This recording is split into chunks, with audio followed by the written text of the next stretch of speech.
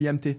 Il y a un phénomène qui est culturel, c'est-à-dire que des jeunes ont besoin d'exister, ont besoin de reconnaissance et de s'intégrer dans un milieu. Et donc, du coup, pour plaire au milieu social, ils suivent la tendance qu'ont inspiré leurs aînés. Et donc, du coup, il y a des tendances de mode. Aujourd'hui, c'est le rodéo. Ça peut être quelque chose l'année prochaine ou dans quelques années. C'était quelque chose de différent il y a quelques années aussi. Et donc, comment on fait pour endiguer ce fléau? Il y a un combat culturel à mener. C'est-à-dire qu'il faut expliquer à ces personnes-là que continuer à faire du rodéo leur coûtera plus cher que ce que ça pourrait éventuellement leur rapporter dans ce milieu. Moi, je pense, et je le prône à plusieurs reprises, qu'il faut faire en sorte d'intervenir à 3 niveaux.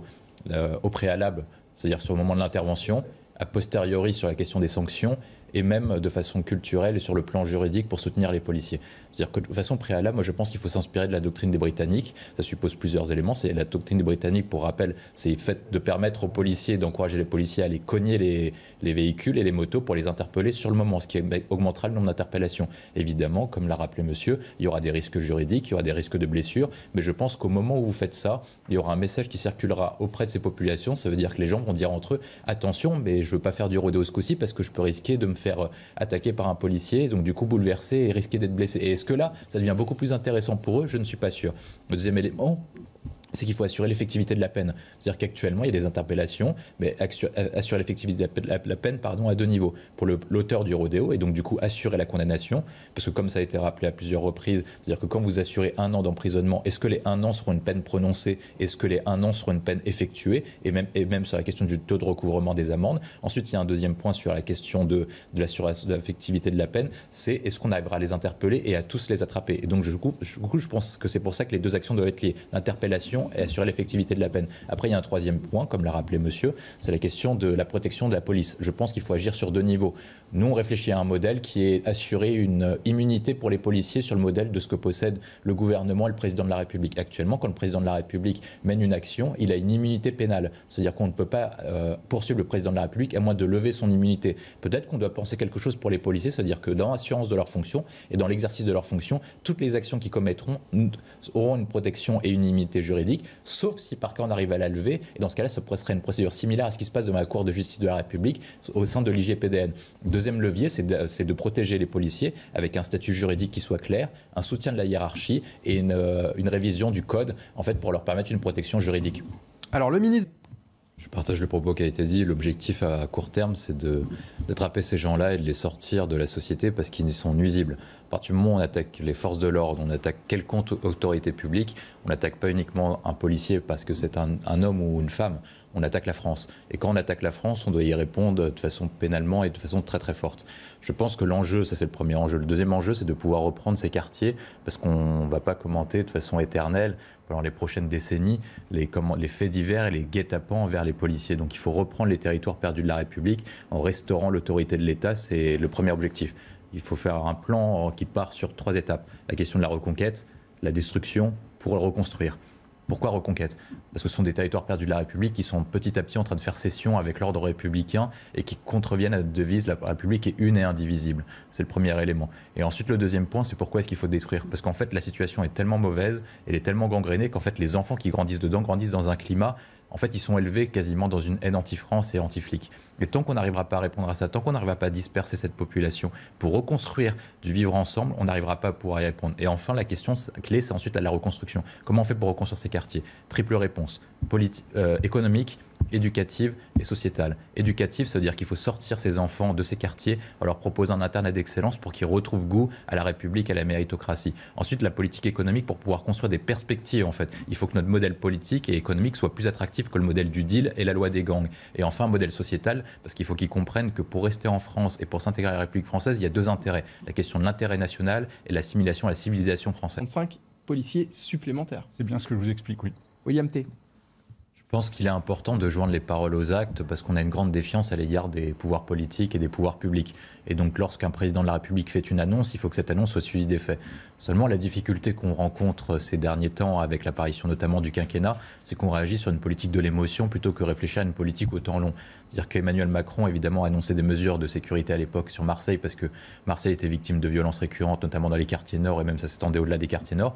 Mais est-ce que les annonces supplémentaires d'Emmanuel Macron permettront de résoudre la situation à Marseille à long terme? Est-ce qu'en fait notre politique globale sur la question de Marseille permet en fait d'endiguer la question de la criminalité? Et je pense que plutôt ce que les policiers, même ce que les Français et les Marseillais attendent, plutôt que des annonces supplémentaires qui réagissent sous le choc de l'émotion, c'est de réfléchir après si cette annonce sont suivies des faits en matière de chiffres, en matière de concret. Est-ce que ça a fonctionné sur le premier point?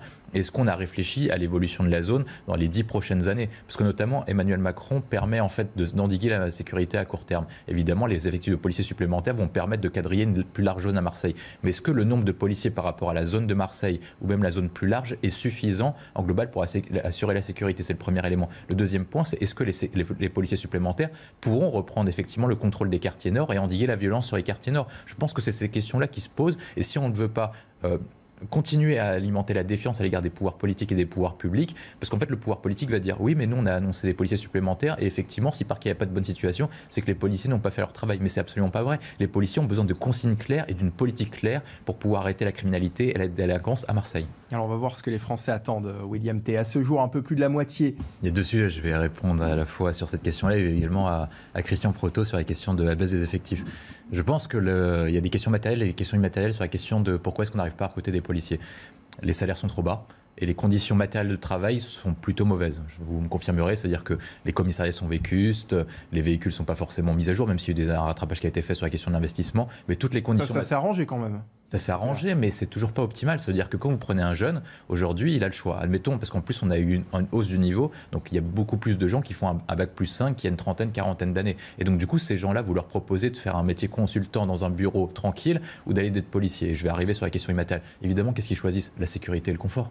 Parce que surtout, ils ont un avantage financier, ils ont un confort. Et je vais arriver sur la question immatérielle, c'est la question de la quête de sens. Aujourd'hui, vous devenez policier pour vous engager au service de l'État, pour faire respecter l'ordre républicain, parce que vous croyez à l'uniforme et vous pensez que votre boulot a un job. Parce qu'évidemment, vous êtes moins bien payé que dans le secteur privé. Et donc, du coup, vous compensez cet écart de salaire sur la question de l'engagement et du motif. Mais aujourd'hui, comme l'a rappelé monsieur sur la question de l'engagement, si vous menez des procédures et que vous arrêtez des délinquants et qu'au bout d'un moment, au bout d'un an et au bout de 2 ans, vous voyez des personnes qui sont relâchées le lendemain ou qui subissent uniquement des rappels à la loi, est-ce que vous continuez à conserver confiance sur la question de votre engagement? Est-ce que votre métier a encore du sens à long terme? Je pense que c'est ça la question qui est posée à long terme sur l'avenir des policiers, parce qu'effectivement, on a du mal à recruter et en plus, je ne sais pas si vous pouvez me confirmer ça, mais il y a des jeunes qui rentrent et puis après qui arrêtent au bout de quelques années parce que c'est de plus en plus compliqué. Et si vous prenez tous ces éléments en cause, c'est normal. Jérôme Moisan nous disait, c'était même pire, il nous dit qu'il y a des jeunes qui s'inscrivent et qui ne vont pas au bout. Mais si vous prenez tous ces éléments-là, et puis en plus notre politique n'est plus efficace, on n'a pas de coordination entre ministère de l'Intérieur et ministère de la Justice, parce qu'à peu près depuis une dizaine d'années, on vit sous un couple auquel on met un ministère régalien de droite pour faire des annonces sur la forme à l'instant présent, et puis un ministère de la Justice qui doit agir au temps long, qui est plutôt de gauche. C'était à l'époque les couples Valls-Taubira, et aujourd'hui Gérald Darmanin et Éric Dupond-Moretti. Comme ils ne poursuivent pas le même objectif, et ben forcément il y a un dysfonctionnement entre la police et la justice, et qu'importe si les policiers et les magistrats s'entendent bien, les policiers et les magistrats doivent suivre des consignes de la part du ministre. Et si vous n'avez pas de politique qui est claire et qui va dans le même sens, vous n'y arrivez pas à mener, parce que de toute façon, les policiers vont arrêter un délinquant. Ensuite, les circulaires du ministère de la Justice font en sorte de désengorger les prisons pour privilégier les peines, ce qu'on appelle les peines alternatives aux prisons, et tout ce qui est rappel à la loi, etc., pour réinsérer les personnes dans la société. Ils oublient quels sont les principes de la prison et pourquoi est-ce qu'on a mis en place la prison. Si on a mis en place la prison, c'est parce qu'on considère que des délinquants sont nuisibles à la société. Et quand vous avez des personnes nuisibles à la société, vous les retirez de la société pour éviter d'avoir des dommages supplémentaires. Et une fois que vous avez des personnes retirées sur la société, petit à petit, vous désengorgez ce qu'on appelle le stock de délinquants, et petit à petit, les chiffres de la délinquance continuent à baisser. Mais nous, on ne fait absolument pas ça. Nous, on prend une personne, les policiers l'arrêtent, la justice dit « Ah bah pour la réinsérer, cette personne-là, comme elle est jeune, eh ben, on fait uniquement un rappel à la loi ou des peines qui sont très courtes, et donc il n'y a pas de peine effective de prison, donc il est relâché, et donc les policiers se battent toujours contre les mêmes personnes. Et si en plus vous avez des personnes qui suivent le même chemin qu'eux, petit à petit, le nombre de criminels augmente en France. Ça, c'est pour le premier élément. Ensuite, après, je vais répondre à Christian sur la question des moyens publics. Je pense qu'il n'y a pas qu'une question de moyens, Christian, sur la question de... Il y a deux questions. Parce qu'en fait, quand on prend... Parler des moyens humains. Des moyens humains. Quand on prend l'État régalien du général de Gaulle dans les années 30 et qu'on prend l'État aujourd'hui d'Emmanuel Macron, à l'époque du général de Gaulle, on dépensait que 35% de la richesse nationale en dépenses publiques. Pourtant, à l'époque du général de Gaulle, on n'avait pas une telle criminalité, on n'avait pas des territoires perdus de la République. À l'époque l'époque d'Emmanuel Macron en 2022, on dépense 62,5% de dépenses publiques par rapport à la richesse produite. Et pourtant, on a de moins en moins de services publics, les policiers sont de moins bien payés, en tout cas leur niveau de vie a plutôt baissé, et les conditions matérielles sont de plus en plus mauvaises. Je pense que ce qui doit jouer, ce qui a joué notamment, c'est la question de la répartition des moyens. C'est qu'on a privilégié l'État social et les dépenses sociales, les dépenses environnementales qui n'ont servi à rien et qui en tout cas n'étaient pas dans l'intérêt national, plutôt que mettre le paquet sur l'État régalien. Parce que quand on arrive à 65% de dépenses publiques et qu'on a des problèmes dans la justice, dans la police, c'est que l'État a mal fait son job et que l'État a mal réorienté les dépenses vers ce qui est nécessaire. Et l'objectif, c'est de mettre des priorités dans un État et dans un pacte social, comme le disait Rousseau à partir du contrat social, c'est que les individus se mettent ensemble pour assurer la première des libertés qui est la sécurité. Tant qu'on n'arrivera pas à faire ça, l'État sera défaillant. Et maintenant, Christian va répondre. Là, vous avez répondu à ce que Christian aujourd'hui. Je pense parce qu'il y a un sentiment d'impunité, et pas uniquement un sentiment, il y a une impunité généralisée. Ça veut dire qu'en fait, c'est même de la provocation, ils le savent très bien. Le documentaire, le reportage est très bien fait, c'est rapporté, les policiers essayent de faire de leur mieux, mais de toute façon, ils n'ont pas les moyens d'agir. Et je pense que dessus, ce ne sera pas une réponse qui sera courte. Il faut quasiment mener une guerre en fait, aux gangs et aux trafiquants de drogue. Et encore une fois, vous parlez de moyens, mais est-ce que les moyens sont réellement le problème ? Mais justement, je vais y arriver. Je pense que ce n'est pas uniquement une question de moyens, c'est une question de levier et d'action diplomatique. Tout d'abord, ça veut dire qu'en fait, il faut limiter le flux et l'approvisionnement de ces trafiquants de drogue. Mais pour ça, il faut 2 points. C'est limiter l'arrivée et donc du coup avoir un contrôle des douanes qui soit beaucoup plus important, mais ça ne suffira pas. Deuxième point, c'est de dialoguer avec les pays et de leur dialoguer de façon très forte avec les pays fournisseurs de drogue par rapport à la France. C'est-à-dire, est-ce que, par exemple, si on prend la Colombie ou d'autres pays qui amènent un nombre de drogues assez important en France, si la France mène une sanction diplomatique, économique contre ces pays en disant continuez à fournir de la drogue en France et vous serez sanctionné diplomatiquement, économiquement par la France, voire même par l'Union européenne, parce que des États membres vivent le même effet que nous, peut-être que ça permettra à ces pays-là déjà de contrôler les flux sortants de chez eux. Ça, c'est le premier élément. Le deuxième point, c'est la question policière. C'est-à-dire que les policiers viennent, mais en fait, les gens savent très bien comment ça marche, ils ont des guetteurs, et donc du coup, en fait, ce qu'ils font, c'est qu'ils arrêtent de dealer ou ils arrêtent de vendre des produits quand les policiers sont là. Peut-être que ce qu'il faut mettre en place, c'est une surveillance avec la question des caméras de vidéosurveillance, mais de toute façon, ils vont les détruire. Donc je pense que peut-être qu'il faut utiliser les drones pour avoir une surveillance en temps réel, ce qui permettrait d'utiliser les policiers, non pas de les mettre sur ce terrain-là, mais qui se concentrent davantage sur la délinquance et sur les crimes et les affecter ailleurs. En fait, c'est-à-dire qu'on surveillerait les points de deal connus à travers des drones. Donc ça supposerait de changer la réglementation sur le plan législatif pour que les drones puissent en fait garder des images et pour qu'on puisse prendre les personnes en état de fait et sur le fait accompli. Et ce qui nous permettra ensuite d'instituer le troisième levier qui est la question judiciaire. C'est-à-dire qu'il faut mettre des peines qui soient assez fortes et assez dissuasives pour en fait sortir et mener une véritable guerre dessus. C'est un peu sur le modèle de ce qu'avaient fait les États-Unis contre les différentes mafias. C'est-à-dire qu'il faut une action coordonnée et généralisée de tous les services pour limiter ces flux et pour limiter en fait ces points de trafic et pour en fait détruire complètement ces réseaux de gangs et ces réseaux de caïds.